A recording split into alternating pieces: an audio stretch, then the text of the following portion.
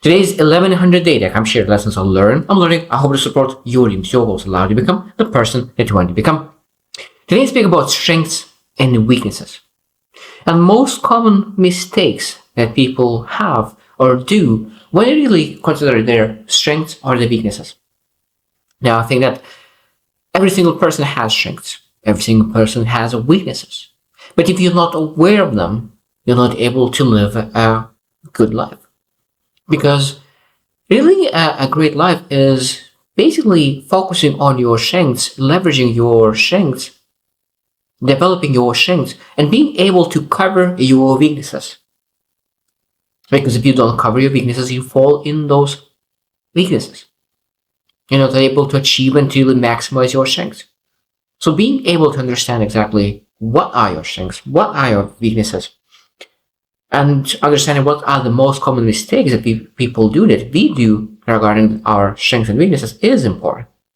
And today I'll share three things that we need to understand. What are the categories of most common mistakes that we do regarding strengths and weaknesses? So number one is self-perception mistakes. Because I think that that's why it's so important to reflect constantly, have that self-awareness. Because we are changing, we are improving, we are growing, and we do understand that our perception needs to change. Because if you reflected on yourself a year ago, 2 years ago, 3 years ago, 10 years ago, you reflected on yourself 10 years ago, but now you changed. Unless you didn't grow and didn't change, but that's almost impossible. So we need to understand that we need to really grow ourselves. So first is that what are that self-perception mistakes? And that it might be that we underestimate our strengths. We underestimate our strengths. How that show up? So that means that if we underestimate our strengths, that we don't build the courage, the confidence needed to really pursue the things that we want, and we playing a B game when we are A player. We might be an A player playing in a B game because we underestimate our strengths. So if you develop, you grow, you are very good experts in your field. But because you underestimate your strength, because everything what you do seems so simple for you, you start to believe that for everyone is that simple. But it's not that simple a lot of times. And we need to make sure that we don't underestimate ourselves. Second thing that I already mentioned, that is a very big mistake, is ignoring weaknesses. Sometimes self-perception is that we don't have weaknesses. We have few massive strengths, and we believe that those strengths will lead us everywhere. But those weaknesses, those blind spots, because a lot of times our weaknesses are hiding in our blind spot. Sometimes weaknesses want to be uncovered, and they're hiding in a blind spot. So that means sometimes we need to either ask friends, mentors, advisors, guides, what is my weakness? What do you see that I'm not doing great? Now, do we need to focus on those weaknesses? Majority of the time, not. But we need to understand what are those weaknesses, because we need to understand what we need to cover, what we need to have, what kind of teammate do I need to have to cover my weakness. Because if you do not cover your weakness, it might be that you will fall in that weakness. So that's again the third thing that I think that very common mistake in strengths and weaknesses is failure to seek feedback. That's a massive mistake. In strengths, if you want to become an expert, you need to have a coach. In weaknesses, to understand your weaknesses, to become more aware, to reflect better, you need to have a coach. It's very important.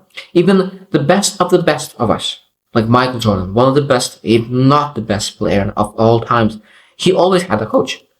Because every single person deserves to have a coach, because we always have few tweaks that we're able to develop. And that's how we become best. I truly believe that it's impossible to become the best of the best of the best without having guides, coaches, advisors down the road to the expert level. And I think that we always need to understand that we need to consistently do that. Because if we do not do consistently self-reflection, self-awareness, exercise, Our assessment of ourselves could be very, very inconsistent. One day we feel that we are great, one day we feel that we're wrong. One day we think that we're great, other day we feel that we're terrible. So our assessment could be varying based on our emotions rather than on valid facts. So how do you perform on certain habit? How do you perform a certain skill set and have valid facts, not the feelings? Because if you do have like randomly reflected, so base how you feel that day, of course, that will not be a great representation of your skill set. So number one is self-perception mistakes. Second mistake that people really do is that engagement and interaction mistakes. So it means that how we interact with others. And I think that number one is over-reliance on strengths. I think that when we believe that our strength will lead everywhere, it might be that we have great communication skills, and that's just our strength. But maybe we are lacking empathy, and empathy is our weakness. So it means when you want to be a leader and you have great communication skills, but you don't have empathy, that means that you will be held back. So over-reliance on communication and charisma will not allow to become the best leader, because there's a great saying: I don't care how much you know until I know how much you care. And that's where the empathy stands. Empathy shows that you care about the other person, and the other person start to be willing to listen to what you communicate. So your strength is communication, but if they feel that you not care, that means that it doesn't matter how well you communicate. Second thing that we need to understand is defensiveness regarding others. People could potentially want to add value, want to have massive intention to help you out.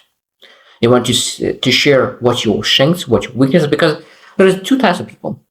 Some people see strengths in people. I'm that kind of person. I see a lot of people's strengths. I'm able to speak with them, and I really start to see where they are good at. But I have weakness. I don't see people weaknesses. So that means that when people come to me, I always see that they have massive potential because I see their strengths, but I don't see their weaknesses. So that means that I need to have someone in my team to really look after that person to understand what kind of weakness do they have. Because some people are amazing mismatchers. They start to see, okay, this has this strength, but it has this kind of weakness. And some people just focus on weaknesses alone.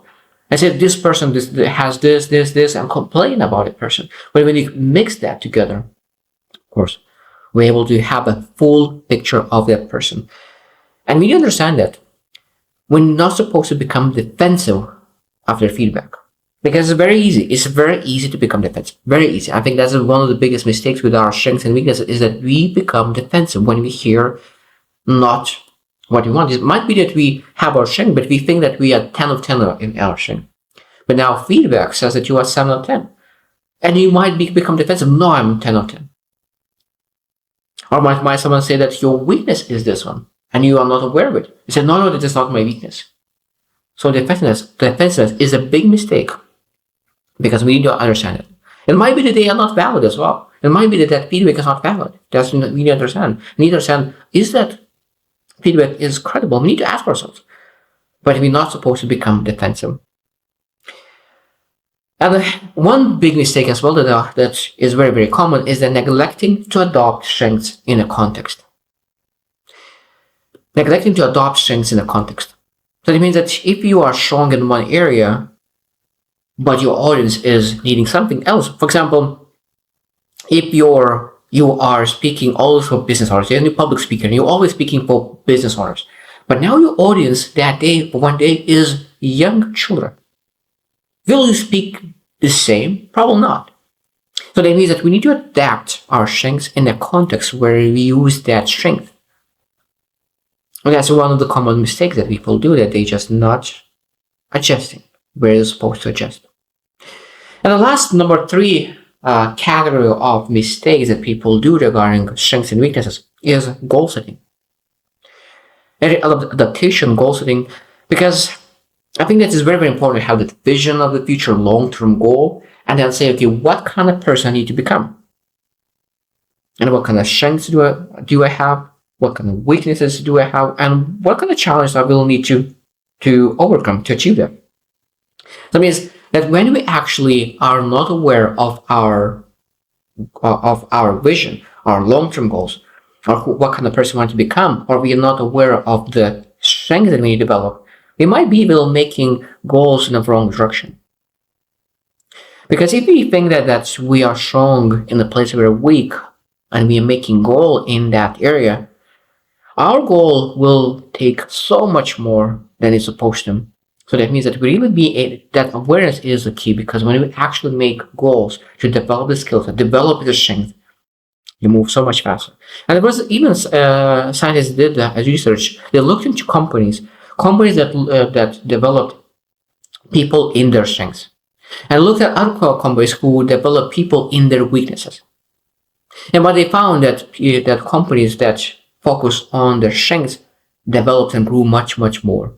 And though companies that focus on the weakness sometimes even go down. Exactly with the person, with ourselves. If we want to go up, grow ourselves, we need to focus on the strengths. And I think that strengths is something that is like gold. Now for me, like the best example is like panning gold. You're going to a river and you have your bowl and you're looking for gold. And majority of the time you will not find.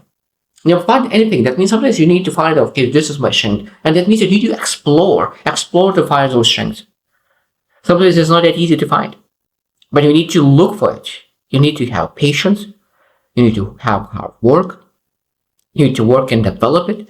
And then at some point, you will find those gold moments, gold nuggets that you're able to develop to massive things. So I hope that you reflect as well. What kind of strengths and weaknesses do you have? And do you use for your benefit? Because the weaknesses and strengths could be used for your own benefit when you actually know how to do it. So I hope you choose to win, and see you tomorrow.